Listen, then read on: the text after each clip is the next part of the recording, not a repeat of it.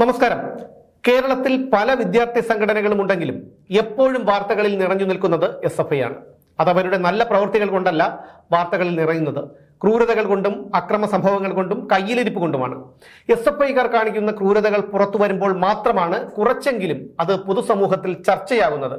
പക്ഷേ എപ്പോഴും അതിനെ ചാനലുകളിലെ അന്തിച്ചർച്ചകളിൽ മാത്രം ഒതുക്കി നിസ്സാരവൽക്കരിക്കുന്നത് ശരിയല്ല.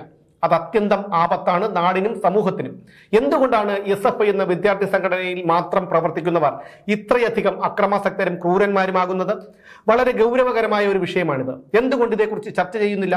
ഇവരെ പാർട്ടി ക്ലാസുകളിൽ എന്താണ് പഠിപ്പിക്കുന്നത്? സ്വാഭാവികമായും പലരും പരസ്പരം ചോദിക്കുന്ന ചോദ്യമാണത്. ചുരുങ്ങിയ കാലയളവിൽ SFIക്കാർ ചെയ്ത കുറ്റകൃത്യങ്ങൾ എടുത്തു നോക്കൂ. കായംകുളം MSM കോളേജിൽ SFI നേതാവ് നിഖിൽ തോമസ് വ്യാജ സർട്ടിഫിക്കറ്റ് ഉണ്ടാക്കിയാണ് തുടർ പഠനത്തിന് ചേർന്നതും പിടിയിലായതും. മറ്റൊരു SFI നേതാവായ K വിദ്യ വ്യാജ പ്രവൃത്തി പരിചയ സർട്ടിഫിക്കറ്റ് ഉണ്ടാക്കിയാണ് അട്ടപ്പാടിയിലെ കോളേജിൽ നിയമനത്തിന് ശ്രമിച്ച് പിടിയിലായി ജയിലിൽ കിടന്നത്. വയനാട് പൂക്കോട് വെറ്ററിനറി സർവകലാശാല വിദ്യാർത്ഥിയായിരുന്ന JS സിദ്ധാർത്ഥനെ സമാനതകളില്ലാത്ത ക്രൂരതയ്ക്കിരയാക്കി കൊലപ്പെടുത്തിയത് SFIക്കാരാണ്. നഗ്നനാക്കി മർദ്ദിച്ചു, 3 ദിവസം ദാഹജലം പോലും നൽകാതെ പീഡിപ്പിച്ചു. കോട്ടയം ഗാന്ധിനഗർ ഗവൺമെന്റ് നഴ്സിംഗ് കോളേജിൽ റാഗിംഗ് എന്ന പേരിൽ സഹപാഠികളോട് കാട്ടാളത്തരം കാണിച്ചതും ഇവരിൽ ഉൾപ്പെട്ടവരായിരുന്നു.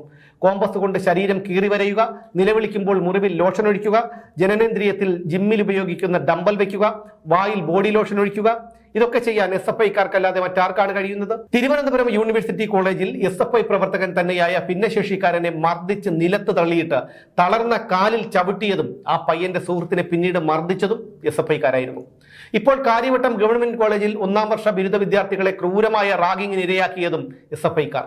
ബിൻസ് ജോസ് എന്ന വിദ്യാർത്ഥിയെ യൂണിയൻ ഓഫീസിൽ കൊണ്ടുപോയി ക്രൂരമായി മർദ്ദിച്ചു, മുറിയിൽ പൂട്ടിയിട്ടു.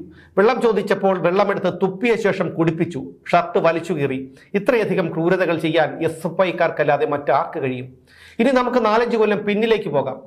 യൂണിവേഴ്സിറ്റി കോളേജ് അധ്യാപികയായിരുന്ന പ്രൊഫസർ ഡോക്ടർ വിജയലക്ഷ്മിയെ ആരും മറന്നിട്ടുണ്ടാകില്ല. ചിലരെങ്കിലും ഓർക്കുന്നുണ്ടാകും. ഒരു സ്ത്രീ എന്ന പരിഗണന പോലും കൊടുക്കാതെ ഇപ്പോഴത്തെ MP A റഹീമിന്റെ നേതൃത്വത്തിൽ SFIക്കാർ തടഞ്ഞു വെച്ച് മണിക്കൂറുകളോളം അതിക്രൂരമായി പീഡിപ്പിച്ചു വിജയലക്ഷ്മി ടീച്ചറെ.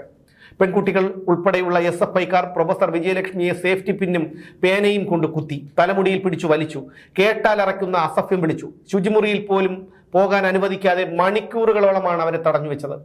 ആഗോള വിദ്യാഭ്യാസ സംഗമത്തിനെത്തിയ അന്നത്തെ ഉന്നത വിദ്യാഭ്യാസ കൗൺസിലർ TP ശ്രീനിവാസനെ അതിക്രൂരമായി മർദ്ദിച്ചു, മുഖത്തടിച്ച് താഴെ തള്ളിയിട്ടു, അതും SFIക്കാർ. കൊയിലാണ്ടിയിലെ ഗുരുദേവ കോളേജ് ഓഫ് അഡ്വാൻസ്ഡ് സ്റ്റഡീസിലെ പ്രിൻസിപ്പലിനെ ആക്രമിച്ചതും SFI പ്രവർത്തകർ. ഉയർന്ന ഇന്റേണൽ മാർക്ക് വേണമെന്ന ആവശ്യം നിരസിച്ച അധ്യാപികയുടെ കാറ് കത്തിച്ചതും SFI പ്രവർത്തകർ. കോളേജ് പ്രിൻസിപ്പലിന് പ്രതീകാത്മക ശവക്കുഴി തോണ്ടിയതും മറ്റൊരു കോളേജ് പ്രിൻസിപ്പലിന്റെ കസേര കത്തിച്ചതും SFI പ്രവർത്തകർ. യൂണിവേഴ്സിറ്റി കോളേജിലെ ഇടിമുറിയിൽ കൊണ്ടുപോയി KSU പ്രവർത്തകരെ മർദ്ദിച്ചതും SFIക്കാർ. ചാലക്കുടിയിൽ നടുറോഡിൽ പോലീസ് വാഹനം തല്ലിത്തകർത്തത് നിതിൻ പുല്ലൻ എന്ന SFI ക്രിമിനൽ. അവനെ പോലീസ് പിടികൂടിയതിന് പരസ്യമായി SIക്കെതിരെ കൊലവിളി മുഴക്കിയത് ഹസൻ മുബാറക് എന്ന മുതുക്കൻ SFIക്കാരൻ. കടമ്പനിട്ട ലോ അക്കാഡമിയിൽ KSU പ്രവർത്തകയായ ദളിത് പെൺകുട്ടിയെ കയ്യേറ്റം ചെയ്തതും മറ്റാരുമല്ല, അതും SFIക്കാരൻ തന്നെ. ഇതൊക്കെ ഓർമ്മയിൽ നിന്ന് ഓർത്തെടുക്കുന്ന ചില സംഭവങ്ങൾ മാത്രമാണ്. 2 വധശ്രമം ഉൾപ്പെടെ 42ഓളം ക്രിമിനൽ കേസുകളിലെ പ്രതിയായ PM ആർഷോ. ഈ ആർഷോയാണ് SFIയുടെ സംസ്ഥാന സെക്രട്ടറി. മേരി ഷെല്ലിയുടെ ഫ്രാങ്കൻസ്റ്റീൻ എന്നൊരു നോവലുണ്ട്. ഒരു ശാസ്ത്രജ്ഞൻ ശവക്കോട്ടകളിൽ നിന്നും മറ്റും ശവശരീരങ്ങൾ ശേഖരിച്ച് അതിലെ മാംസമെടുത്ത് വികൃതരൂപിയായ ഒരു രാക്ഷസനെ നിർമ്മിക്കുന്നതും അതിന് ജീവൻ കൊടുക്കുന്നതും ഒടുവിൽ സൃഷ്ടാവായ ശാസ്ത്രജ്ഞന് തന്നെ ആ ഭീകര സത്വത്തെ നിയന്ത്രിക്കാൻ കഴിയാതെ വരുന്നതുമൊക്കെയാണ് ഫ്രാങ്കൻസ്റ്റീനിലൂടെ മേരി ഷെല്ലി പറഞ്ഞത്. അതുപോലെയാണ് ഈ SFI. CPMന് ഇവരെ നിയന്ത്രിക്കാൻ കഴിയുന്നില്ല.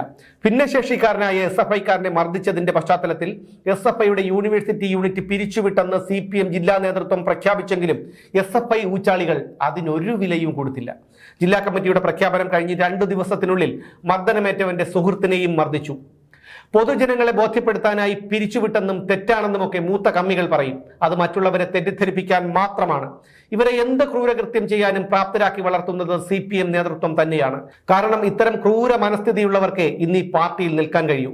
18ഉം 20ഉം വയസ്സിനിടയിൽ ഇത്രയേറെ ക്രൂരത കാണിക്കുന്നവർ വളർന്നു വരുമ്പോൾ ഏത് തരക്കാരായിരിക്കുമെന്ന് നമുക്ക് ഊഹിക്കാവുന്നതേയുള്ളൂ. ഇവർ കാണിക്കുന്ന ക്രൂരകൃത്യങ്ങൾ കാണുമ്പോഴെങ്കിലും കുട്ടികൾക്കും മാതാപിതാക്കൾക്കും വീണ്ടും വിചാരമുണ്ടായി കാണും എന്ന് കരുതിയെങ്കിൽ തെറ്റി. SFIയുടെ സമ്മേളനത്തിന് മുന്നോടിയായി തിരുവനന്തപുരത്ത് നടന്ന ജാഥയിൽ പങ്കെടുത്തവരുടെ എണ്ണം കാണുമ്പോൾ ഭയം തോന്നിപ്പോകുന്നു. ഭീഷണിപ്പെടുത്തിയും സമ്മർദ്ദപ്പെടുത്തിയും ഒക്കെ ആയിരിക്കാം ഇവരിൽ പലരെയും കൊണ്ടുവന്നത്. എന്നാലും ഭയം തോന്നിപ്പോകുന്നു. ഇനിയും സിദ്ധാർത്ഥന്മാർ ഇവിടെ ഉണ്ടാകും.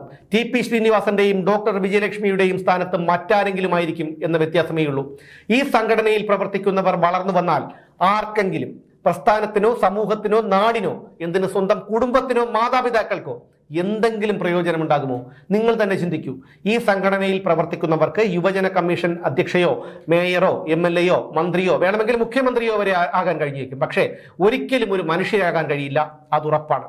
സ്കൂളിലും കോളേജിലും മക്കളെ പഠിക്കാൻ അയക്കുമ്പോൾ അവർ ലഹരി മരുന്ന് ഉപയോഗിക്കുന്നുണ്ടോ, ചീത്ത കൂട്ടുകെട്ടിൽ വീഴുന്നുണ്ടോ, ക്ലാസ്സിൽ പോകുന്നുണ്ടോ, നന്നായി പഠിക്കുന്നുണ്ടോ എന്നൊക്കെ ശ്രദ്ധിക്കണം. അതോടൊപ്പം തന്നെ നിങ്ങളുടെ മക്കൾ ഏതെങ്കിലും വിദ്യാർത്ഥി സംഘടനയിൽ പ്രവർത്തിക്കുന്നുണ്ടോ, ഉണ്ടെങ്കിൽ ഏത് വിദ്യാർത്ഥി സംഘടനയാണ് എന്നുള്ളത് കൂടി കർശനമായി ശ്രദ്ധിക്കണം.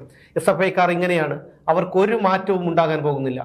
ഇനിയും ഇതൊക്കെ സഹിക്കണോ അതോ പ്രതികരിക്കണോ എന്ന് തീരുമാനിക്കേണ്ടത് നമ്മൾ പൊതുജനങ്ങൾ തന്നെയാണ്. എന്തായാലും ഈ സമ്മേളനത്തിലെങ്കിലും ഇപ്പോഴത്തെ സംസ്ഥാന സെക്രട്ടറി ആർഷോയ്ക്ക് വാർദ്ധക്യ പെൻഷൻ കൊടുത്ത് പറഞ്ഞു വിടാനുള്ള വകതിരിവ് ബന്ധപ്പെട്ടവർക്കുണ്ടാകട്ടെ എന്ന് പ്രാർത്ഥിച്ചുകൊണ്ട് നിർത്തുന്നു. വീണ്ടും കാണാം. ഓരോ ജീവിതവും ഓരോ കഥകളാണ്, വേറിട്ട കഥകളുടെ ഒരു കൂട്ടായ്മ.